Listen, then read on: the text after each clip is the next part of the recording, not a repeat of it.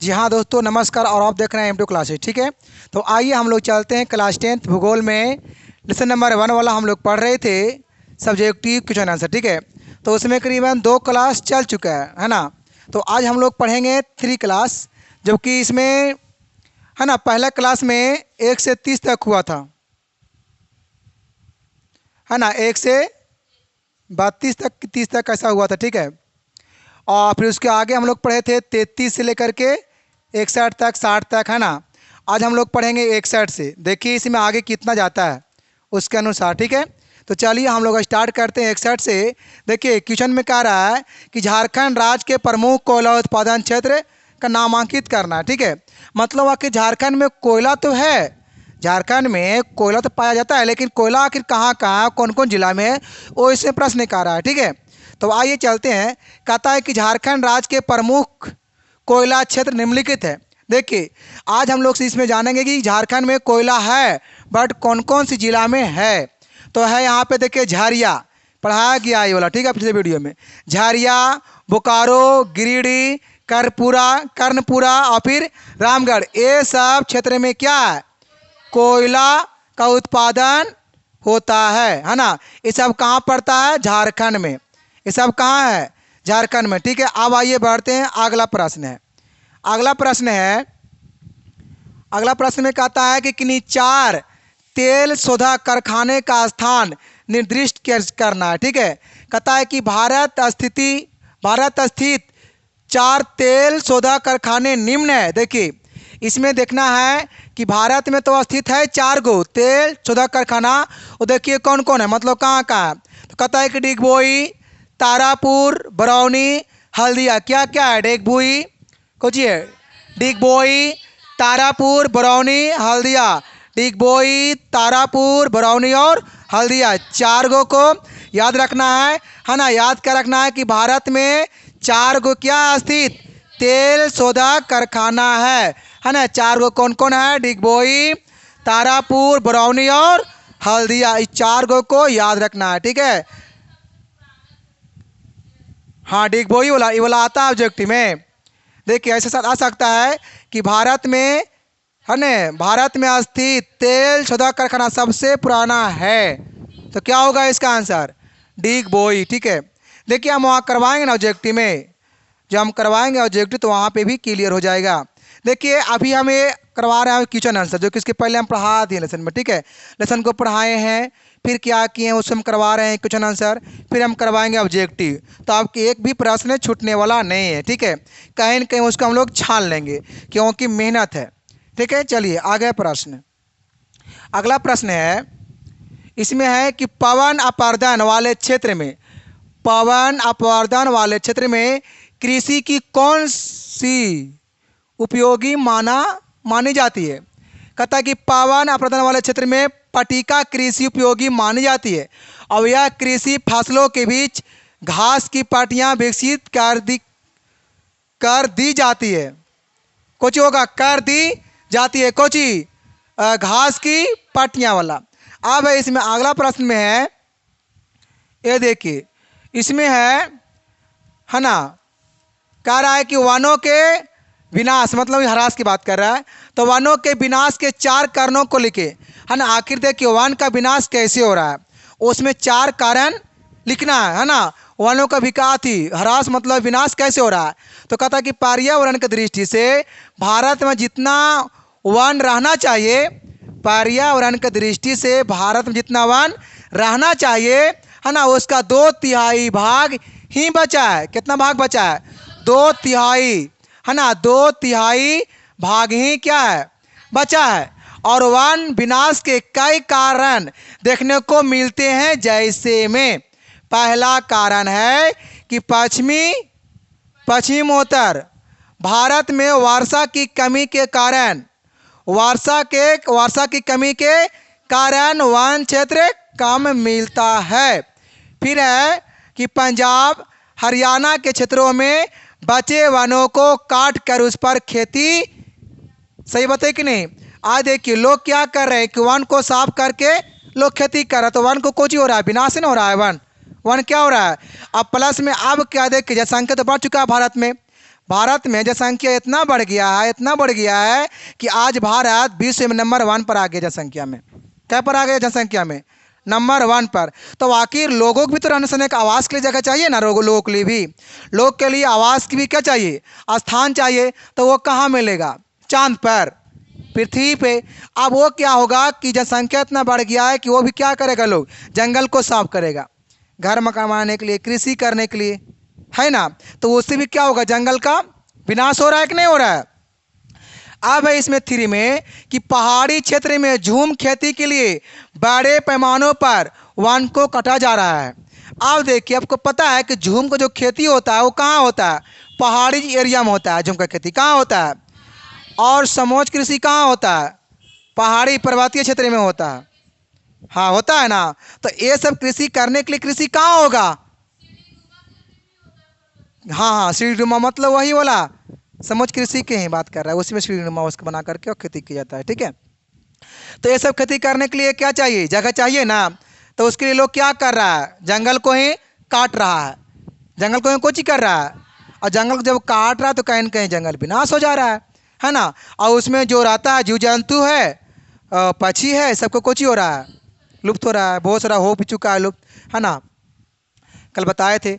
और 4 में है कि वनों में स्वतः आग लगने से भी बड़े पैमानों पर वनों का कुछ हो रहा है, नाश हो रहा है, विनाश हो रहा है ना। जंगल में क्या होता है कभी कभी ना कि आग लग जाता है जंगल में, तो आग लगने से भी क्या है? जंगल विनाश हो रहा है। एक क्या रहा? वनों का विनाश, मतलब वन विनाश कैसे हो रहा है और क्या रहा है? कारण। तो कारण बोर्ड में लिखा जाना चाहिए। ठीक है। कारण कितना है इसमें? 4 कारण। अब आइए अगला प्रश्न है कि 2 परंपरागत और 2 गैर परंपरागत ऊर्जा स्रोत के नाम लिखे। हम लोग पढ़ चुके हैं, ठीक है, लेकिन नामे कह रहा है और उनकी विशेषता बता रहा है। ठीक है, चलो आप जानते हैं विशेषता के बारे में। कहता है कि ऊर्जा संसाधन 2 होते हैं। कितने होते हैं? 2। कौन कौन है 2? एक होता है परंपरागत और एक होता है गैर परंपरागत। तो हम लोग जानेंगे परंपरागत में कहता है कि परंपरागत ऊर्जा का स्रोत है लकड़ी, उपले, कोयला, पेट्रोलियम और प्राकृतिक गैस, है ना जी। और विद्युत कहता है इनमें कोयला, पेट्रोल और प्राकृतिक गैस के भंडार सीमित है और समाप्त हो जाने वाले शक्ति के साधन है और अनवीकरणीय है। बात लेकिन सही है। कोयला, पेट्रोल, प्राकृतिक सब क्या है? अनवीकरणीय है। अनवीकरणीय क्यों है? तो क्योंकि उसको हम पुनः उपयोग नहीं कर सकते हैं, इसलिए क्या है? अनवीकरणीय है ना। आप लोगों को बताए थे हम कि किसके आधार पर है? 2 गो, नवीकरणीय, नवीकरणीय, पुनः पूर्ति के आधार पर ही वाला आता है ना, कि पुनः पूर्ति या पुनः प्राप्ति के आधार पर कितने संसाधन? 2 है, एक नवीकरणीय और एक अनवीकरणीय। तो नवीकरणीय क्या होता है? तो वैसे संसाधन जिसका उपयोग पुनः किया जा सकता है, जैसे में हवा, पानी, मिट्टी, है ना, सूरज की प्रकाश, ये सब क्या है? नवीकरणीय है। ये सब तो 8वां में ही पढ़ना होता है, जबकि हम कई बार पढ़ा है 10वां वाला मैटर में। अब एक क्या है? अनवीकरणीय, तो इसका उल्टा होता है। उसमें क्या होता है कि मात्र उसे एक ही बार उसको पुनः प्रयोग कर सकते, दोबारा उस प्रयोग नहीं कर सकते हैं, मात्र एक बार दोबारा, है ना। हाँ, तो एक क्या है? सीमित। इसका एक मतलब सीमित है ये वाला, मात्र एक बार, दोबारा उसके उपयोग आप नहीं कर सकते। तो ये क्या हो गया? अनवीकरणीय। जैसे में कोयला, पेट्रोल, लकड़ी, प्राकृतिक गैस, ये सब क्या है? अनवीकरणीय संसाधन है। ठीक है ना। तो इसमें कहता है कि दलिता उपयोग विवेकपूर्ण ढंग से किया जाना चाहिए। और दूसरी ओर है गैर परंपरागत ऊर्जा का स्रोत, जैसे में ऊर्जा, सौर ऊर्जा है, पवन ऊर्जा, ज्वारीय ऊर्जा और परमाणु। आगे देखते हैं इसमें। ठीक है, कहाँ गया जी? हाँ, परमाणु ऊर्जा। देखिए दूसरा में क्या है ना, ये से ये सब क्या है? गैर परंपरागत ऊर्जा स्रोत। ऑब्जेक्टिव में आज भी आता है कि इनमें से कौन गैर परंपरागत ऊर्जा स्रोत है। ऑब्जेक्टिव में आता है, यहाँ से ऐसे भी आता है कि इनमें से कौन नवीकरणीय संसाधन है, इनमें से कौन अनवीकरणीय संसाधन है। देखिए ऑब्जेक्टिव है ना, वो यहीं से बनता है। ठीक है, वो कहीं और कुछ होता नहीं है, क्योंकि आपको समझना यहाँ पे है कि ऑब्जेक्टिव पूछता किस तरीका से है। तो अगर उसको अगर समझ लिए तो आपका ऑब्जेक्टिव क्या रहेगा, क्लियर। अब ये क्या होता है ना, लोग कितना लोग सेट से रटता है ऑब्जेक्टिव के लिए, तो रटिएगा तो फिर वो कन्फ्यूज में डाल देगा रटा वाला चीज़, ठीक है। लेकिन समझना है कि कौन किसके अंतर्गत में आता है। आप अगर रट लीजिएगा कि कोयला अनवीकरणीय है, अनवीकरणीय है, और एक जहाँ दिमाग अगर भटक गया ना तो इन्हें मार देगा नवीकरणीय में, तो क्या हो जाएगा, गलती। लेकिन रटना नहीं, समझना। समझना क्या है, अरे तो सर बताए थे ना हम लोगों को कि अनवीकरणीय में कोयला आता है, पेट्रोल आता है, प्राकृतिक गैस, ये सब आता है। तो वो देख के समझ गया। अब अगर ये तीनों में अगर आ जाएगा तो फिर वहाँ पे लगा देगा, ठीक है। और एगो क्या होता है, राटिए रहता है डायरेक्ट। पेट्रोलियम क्या है, अनवीकरणीय है, राटिए लिया है, तो फिर वो कन्फ्यूज में डाल देगा रटिएगा तो, ठीक है ना। इसलिए समझना है। जैसे कि यहाँ पे है, यहाँ पे समझना है कि गैर परंपरागत ऊर्जा स्रोत कौन है, और फिर परंपरागत ऊर्जा स्रोत में क्या क्या आता है, ठीक है। तो गैर में क्या क्या है, सौर ऊर्जा, पवन ऊर्जा, जवारी ऊर्जा और परमाणु ऊर्जा और बायोगैस, बायोगैस ऊर्जा, ये सब क्या है, नवीकरणीय ऊर्जा का स्रोत है।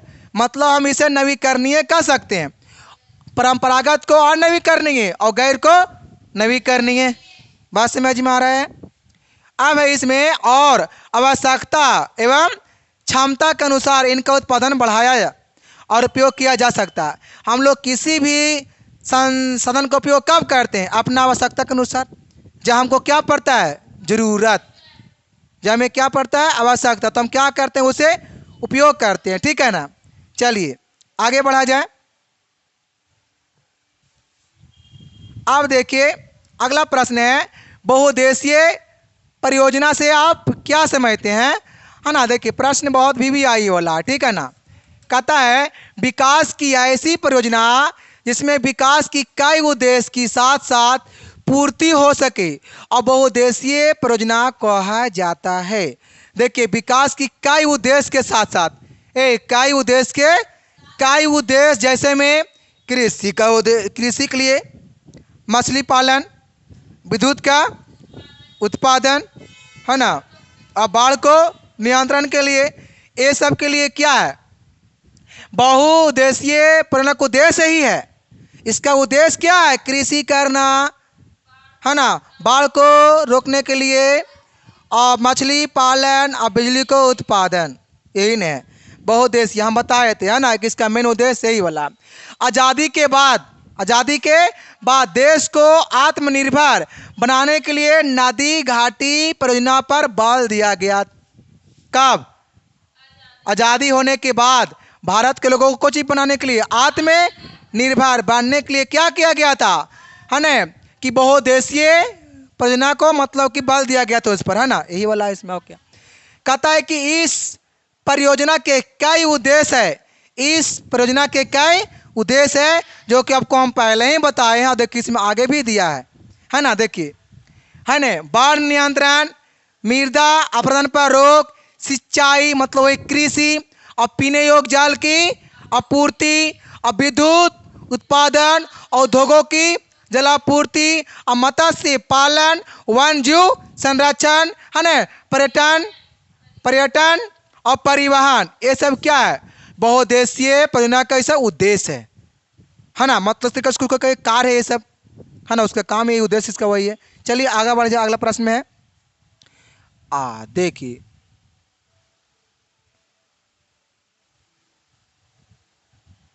क्या है प्रश्न, भूक्षरण के क्षेत्र लिखिए। आखिर भूक्षरण कौन कौन क्षेत्र में है। कहता है कि भारत के मध्य प्रदेश में चंबल नदी के द्रोणी, और उत्तर प्रदेश में आगरा और इटावा और जालौन जिले में, तमिलनाडु के दक्षिणी और उत्तरी कुछ निकल है अकाट और कन्याकुमारी, तिरुचिरापल्ली और चिंगलीपुट, सलेम और कोयम्बटूर जिले में भूक्षरण क्षेत्र अधिक है। देखिए अगर देखिए सब जिला है, कन्याकुमारी कहाँ है, तमिलनाडु में, पता नीचे, सबसे नीचे कन्याकुमारी, है ना। अब देखिए मध्य यहाँ से आ सकता है कि भारत के, है ना, मध्य प्रदेश के चंबल नदी के द्रोणी में कोची है, भूक्षरण का क्षेत्र है। और उसके बाद उत्तर प्रदेश में कहाँ है भूक्षरण, आगरा, इटावा, सब जिला है, आगरा, इटावा, जालौन, ये सब कौन सा राज्य में पड़ता है, उत्तर प्रदेश, यूपी में, है ना। अब बात क्या करता है, तमिलनाडु के दक्षिणी और उत्तरी अकाट में बात करता है। तो क्या क्या, कन्याकुमारी, तिरुचिरापल्ली, चिंगलीपुट, सलेम, कोयम्बटूर जिले में भूचरण का एरिया है पूरा विस्तार तरीका से। ठीक है, याद रखेंगे। मात्र इसमें 2 राज्य है, 3 राज्य है, एक मध्य प्रदेश, उत्तर प्रदेश और फिर क्या है, तमिलनाडु। ये सब तीनों राज्य में क्या है, तीनों राज्य में क्या है, भूक्षरण का क्षेत्र है। ठीक है, चलिए अगला प्रश्न इसमें है, हाँ, रेड डाटा बुक। देखिए प्रश्न बहुत जरूरी है, ये वाला बीबीआई प्रश्न है। ठीक है ना, पूछा है बिहार बोर्ड में, पूछेगा भी। रेड डाटा बुक और ग्रीन बुक क्या है? हेलो, रेड डाटा बुक और ग्रीन बुक क्या है? कहता है कि भारत के 2 संस्था वांटिनिकल सर्वे ऑफ इंडिया और वन अनुसंधान ने मिलकर 1970 ईस्वी में भारत की संकटग्रस्त वन जीवों की प्रजातियों की एक सूची तैयार की गई थी। इस सूची को रेड डाटा बुक कहा जाता है। रेड डाटा बुक को तैयार कब किया गया था? तो बोलेंगे 1970 में ना। ये वाला भी आता है ऑब्जेक्टिव में, आने की संभावना है, आ सकता है कि रेड डाटा जो बुक है तैयार कब किया गया था? तो बोलेंगे 1970 में। इस प्रकार ऐसे पौधे जो कम संख्या में पाए जाते हैं, जो पौधा कम संख्या में पाए जाते हैं उसको इस बुकवा में शामिल किया गया था, है ना। और उनकी एक पुस्तक तैयार की गई है जिसे ग्रीन बुक कहा जाता है। अब मतलब कि विलुप्त होते जा रहे हैं कुछ पंछी, पशु, है ना, ये सब की उसमें शामिल किया गया था।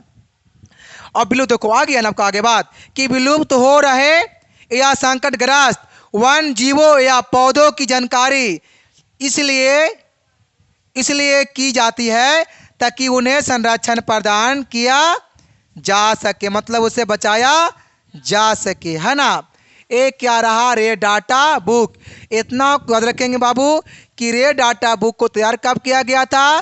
तो 1970 में। इसमें शामिल किसको किया गया था? शामिल उसको किया गया था जो पेड़ पौधा, जो पक्षी, जो जीव जंतु क्या है, विलुप्त हो चुका है।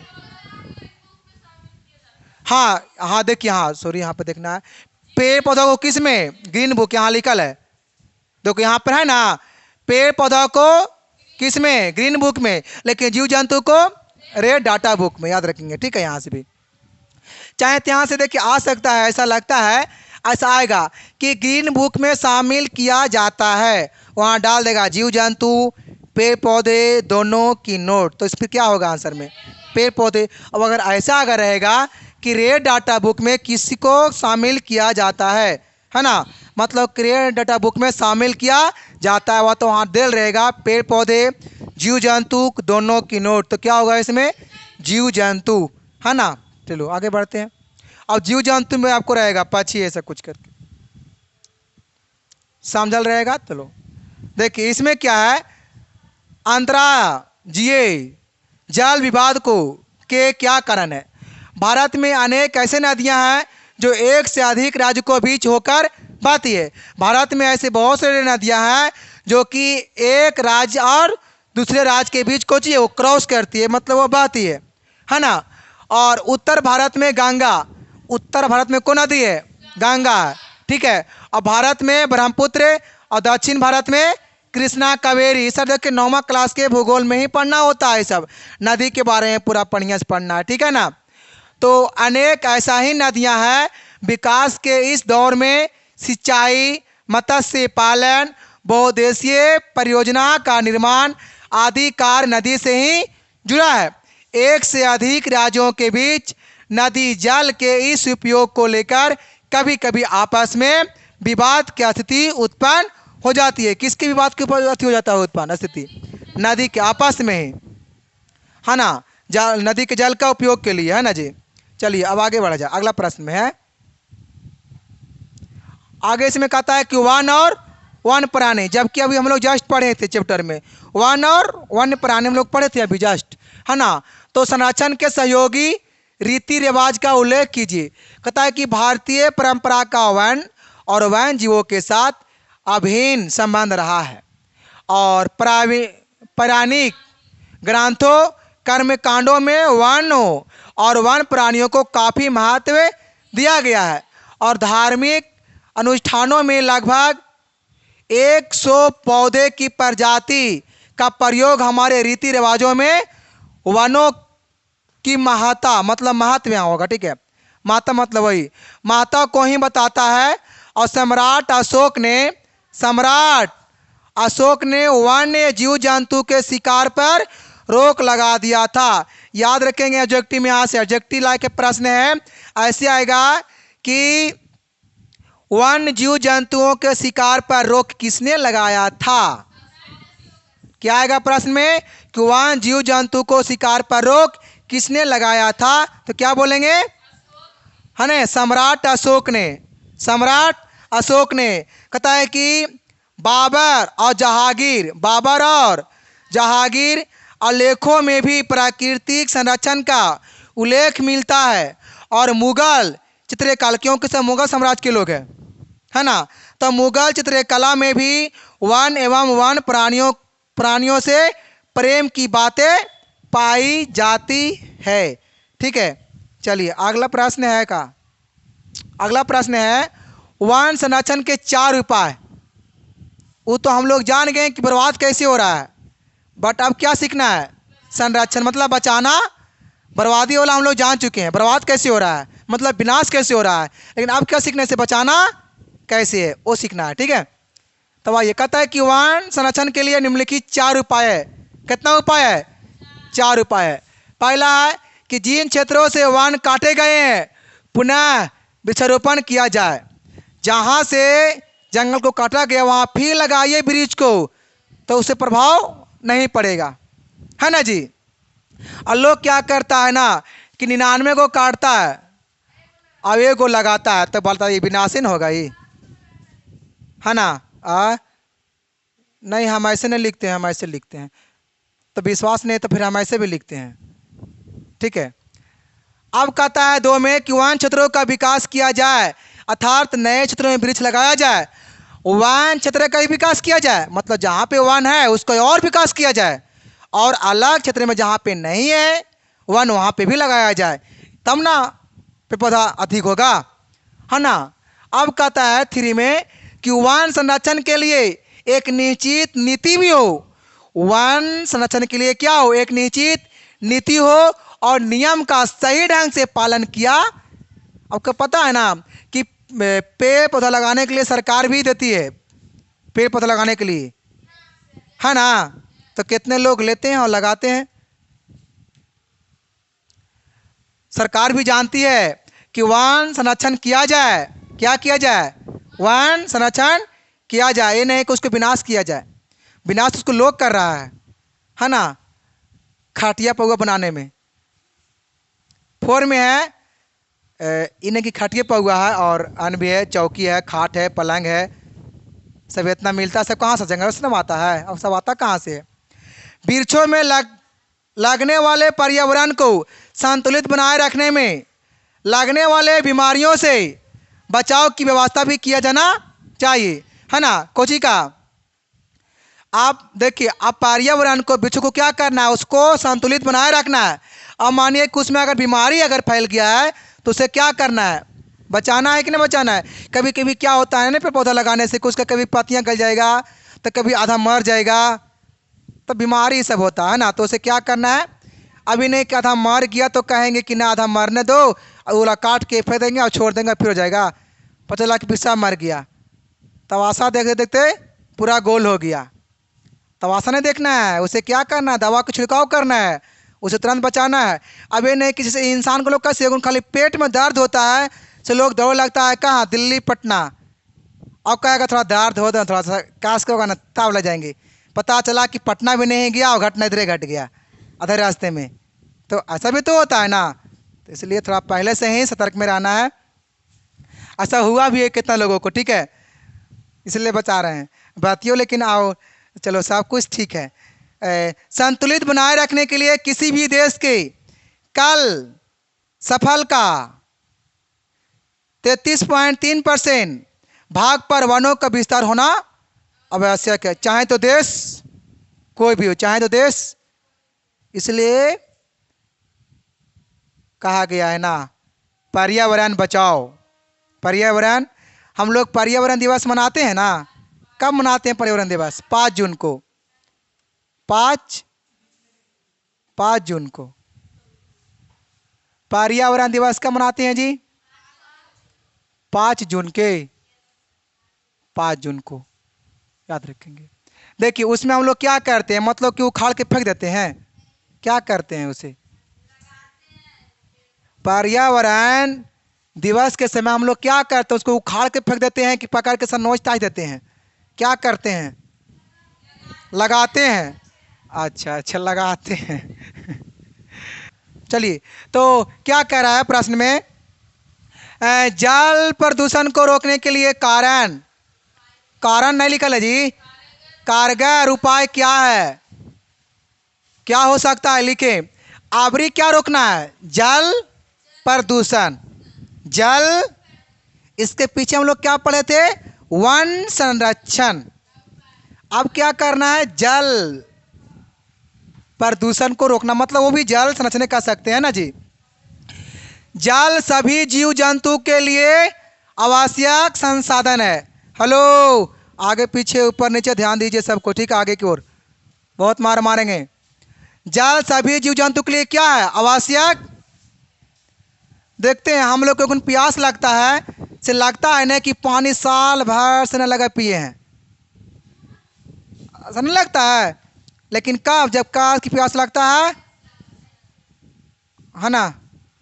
कहता है कि इसके प्रदूषित होने से सबका जीवन खतरे में पड़ सकता है। अगर, क्योंकि देखिए अब सभी जीव जंतु के लिए जल ही आवश्यक है, और जल ही अगर गंदा रहेगा बीमारी काहे नहीं फैलेगा? बीमारी फैलेगा ना।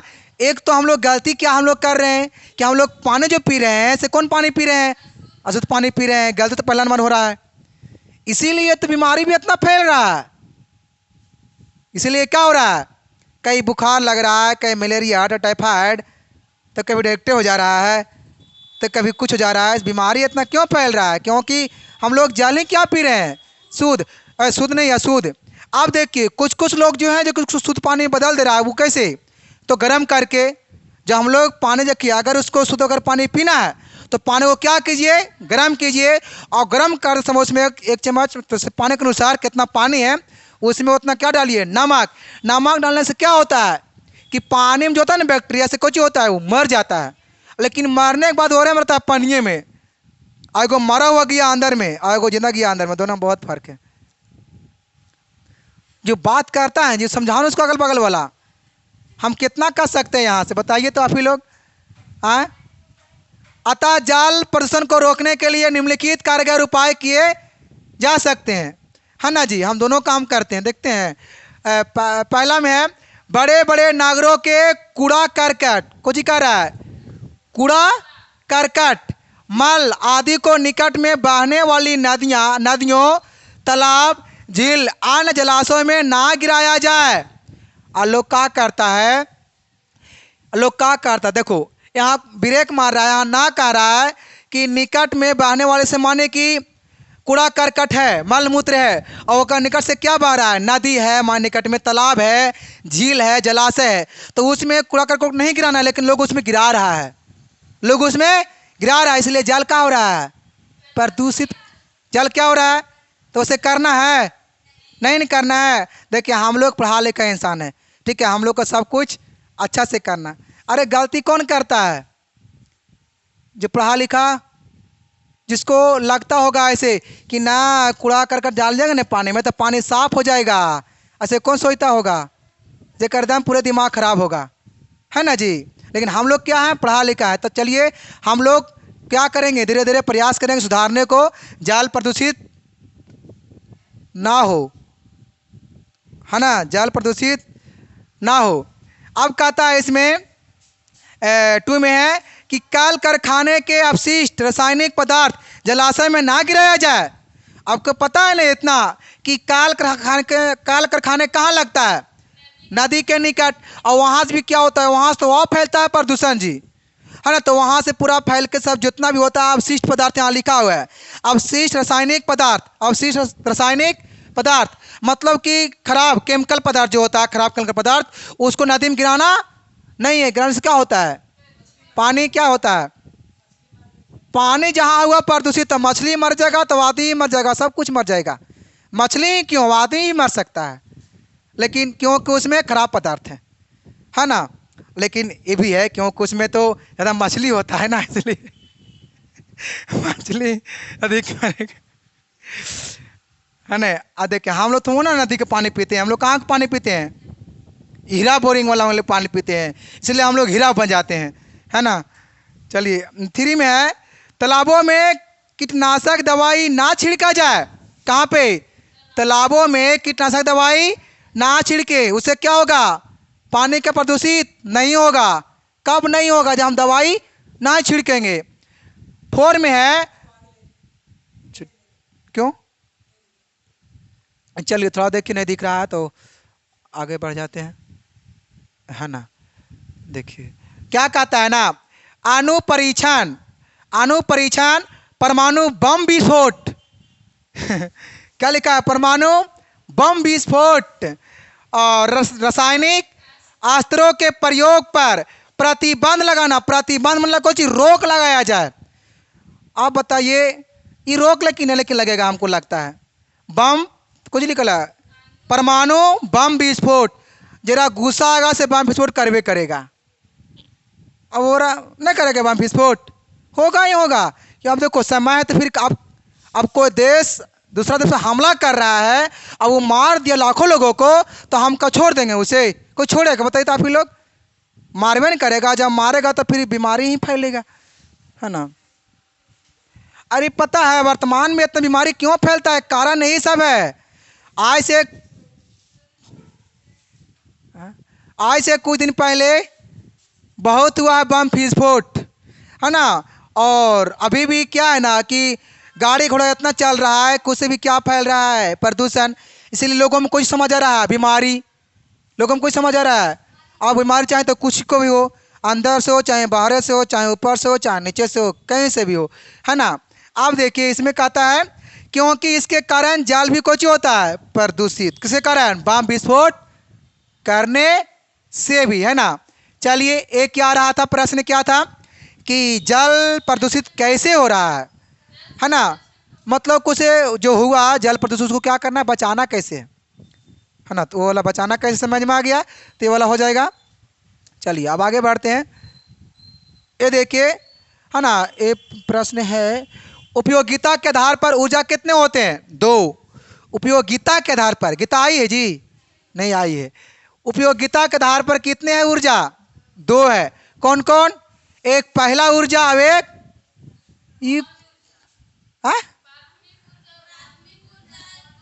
अरे ना कैसे देखो, पहला ऊर्जा आएगा दूसरा ऊर्जा, लिखल नहीं है, पहला रोमानांक दूसरा रोमानांक। आप ऐसे पढ़ेंगे, पहला में क्या है, प्राथमिक ऊर्जा दूसरा में क्या है, गौण ऊर्जा। तब ऐसे नहीं, गलत नहीं है, गौण को भी दूसरा कह सकते हैं हम। यहाँ प्राथमिक काहे लिखा है, तो यहाँ तो सब नहीं कह सकते, रटना। ये तो बात रटना नहीं है कि सर बताए तो प्राथमिक था और दूसरा में काची तो था, तो दूसरा में कहीं दूसरा था रटना नहीं है कि नहीं, बिल्कुल नहीं। अगर ये स्वाहा भी हो जाएगा ना तो मिल जाएगा उसका आंसर, है ना। तो अब पढ़ते हैं प्राथमिक ऊर्जा क्या होता है। इसके अंतर्गत में क्या आता है, कोयला, पेट्रोलियम, प्राकृतिक गैस जैसे ऊर्जा स्रोत को शामिल किया जाता है, किसमें, प्राथमिक ऊर्जा में। अब क्या है, गौण ऊर्जा पढ़ देते हैं, ठीक है। गौण में क्या है, इसके अंतर्गत में ऐसे स्रोत को शामिल किया जाता है जो प्राथमिक ऊर्जा से ही प्राप्त किया जाता है। देखो अब ये जो है ना गौण ऊर्जा, ये कहाँ से आया, एक प्राथमिक ऊर्जा से ही कोची आया है, इसीलिए याद रखना है, ये पहला ऊर्जा अभी दूसरा ऊर्जा, ठीक है ना। तो बाकी इसमें तो अब इतना ही रहा, बाकी फिर आप लोग को मिलेंगे हम अगले वीडियो में। अगर हमारी वीडियो अगर अच्छा लगे आप लोग सभी को, तो हमारे वीडियो को लाइक एंड शेयर जरूर करें और हमारे यूट्यूब चैनल M2 क्लासेस को सब्सक्राइब जरूर करें।